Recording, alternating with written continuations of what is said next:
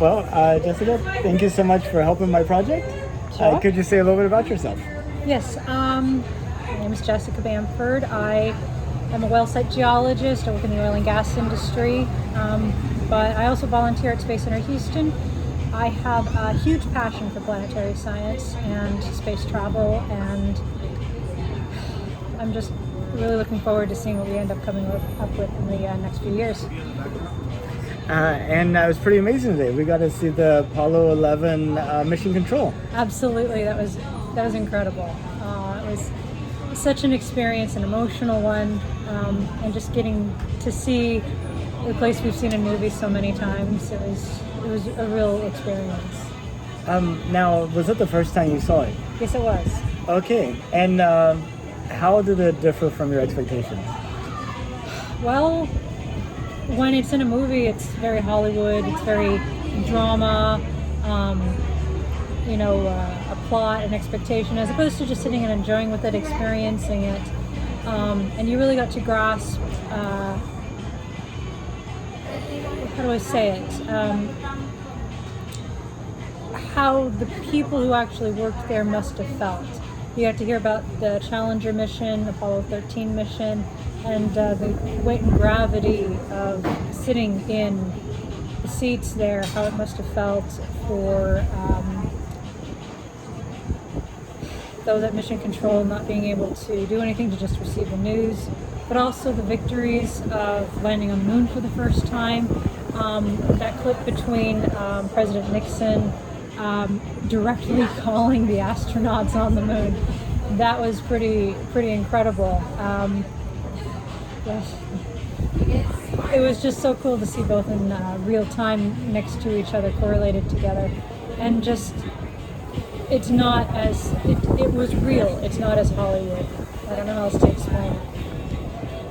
And it's pretty neat. They had like the mirror that was used on Apollo 13 to actually look and see the debris floating away from the service module. Yeah, the oxygen escaping. Oh, the shadow box. Yeah, it became so emotional seeing as well the flag that was left behind that was meant to go with, I believe, the Apollo 14 mission. Oh, Apollo 13, I think.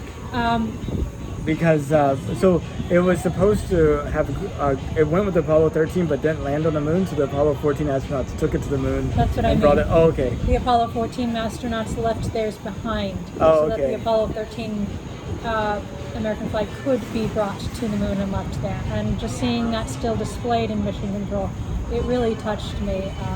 I was in tears because I just thought that's such an honorable thing to do, and it was interesting as well because historically accurate, the flag only has 48 stars.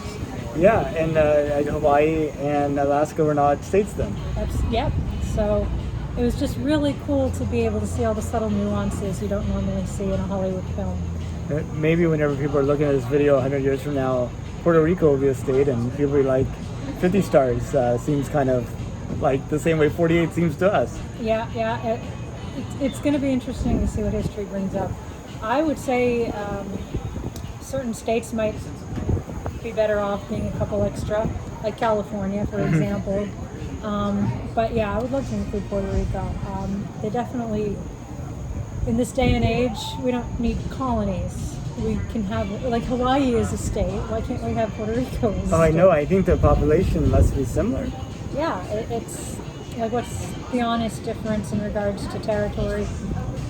The Puerto Rican people would love to be able to have their own say and influence in American politics that governs them. It's like, don't get me started. Yeah. Well, let's move back to the moon. So you also know about Artemis and our plans to go to the moon in 2024. Yeah. What has surprised you that most of the people I talk to don't know about it? No, that doesn't surprise me. Only because I don't think it's well advertised. It's well broadcasted. And people nowadays, their concerns aren't necessarily on space in the future. They're kind of on surviving, getting a paycheck, getting a job due to the pandemic, loss of loved ones. It's just a shift of focus, and it would probably need a bit of propagandizing. I get to say that word, but to have attention brought to it, maybe more tastefully in a year or so, maybe over the course of this year, we'll see. As more and more people are vaccinated, stability reforms. I'm anticipating our focus will start to shift more towards the future, and that includes the Artemis mission, among others. Well, and there's also another theory that, maybe people are just kind of ignoring the news because we've had many plans to go back to the moon. During Bush Jr. and Bush Sr., there were plans to go back to the moon. Nothing became of those, so maybe people aren't even expending any energy until they actually start seeing some progress. That's true. It's kind of like the boy who cried wolf. But I would also say it's maybe got to do with an interest in the moon, the general public's interest. What does the moon have for us that we would really need? Why are we going back to the moon? Why is it of interest right now? Like, what's this got to do with me? Yeah, exactly. How would you answer that? Well, I would say what is to answer that question. What does this have to do with me, or what does this have to do with the populace in general into the future? And ways we could bring that into focus is perhaps a lunar colony.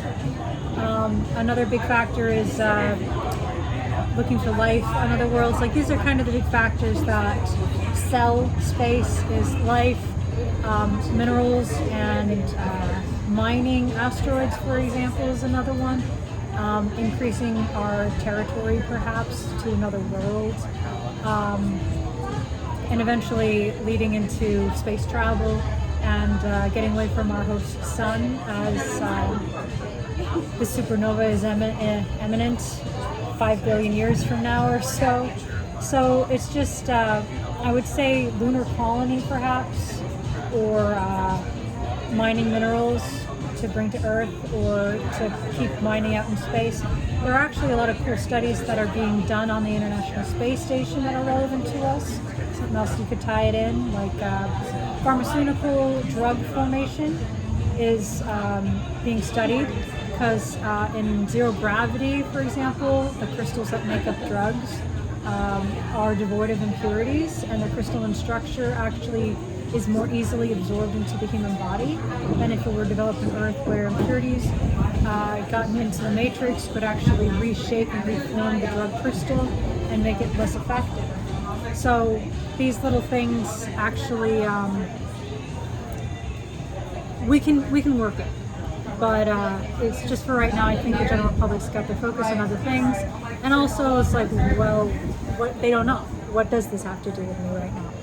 So, yeah, we just got to get them involved. Absolutely. And what do you think about things like, do you want to be an astronaut, like the Discovery Channel is doing? It's a push as well for people to actually want to help man the missions that are what I just talked about. Developing a lunar colony, studying Mars, going and get samples, bringing them back, mining asteroids, developing potential way stations, and getting people more involved into what is supposedly a push for our future. And so I encourage their drive to get people involved, especially young people. Learning about this stuff is great. It's so good to see your world in perspective. The technology that comes up from it benefits regular mankind, such as elastics have been a thing that have benefited humans but came from NASA. So revolutionary technologies that have to come from space travel and planetary living, it all just we'll reap the benefits later down the line. So Discovery Channel's push to making more astronauts for these missions, I encourage it. If it was safe and affordable, would you go to space? I have some reservations to extended space travel, such as astronauts can experience lower density in bone mass, muscle mass. Pilots, for example, who are up in the air closer to Earth's atmosphere, developing cataracts over time, and of course solar radiation. I would say long-term exposure definitely needs some help in regards to technological advances, but temporary reprieves, like going up in an airplane, converting it into a space shuttle for a moment, and then coming back down, and just experiencing the weightlessness of space, that sounds like a blast.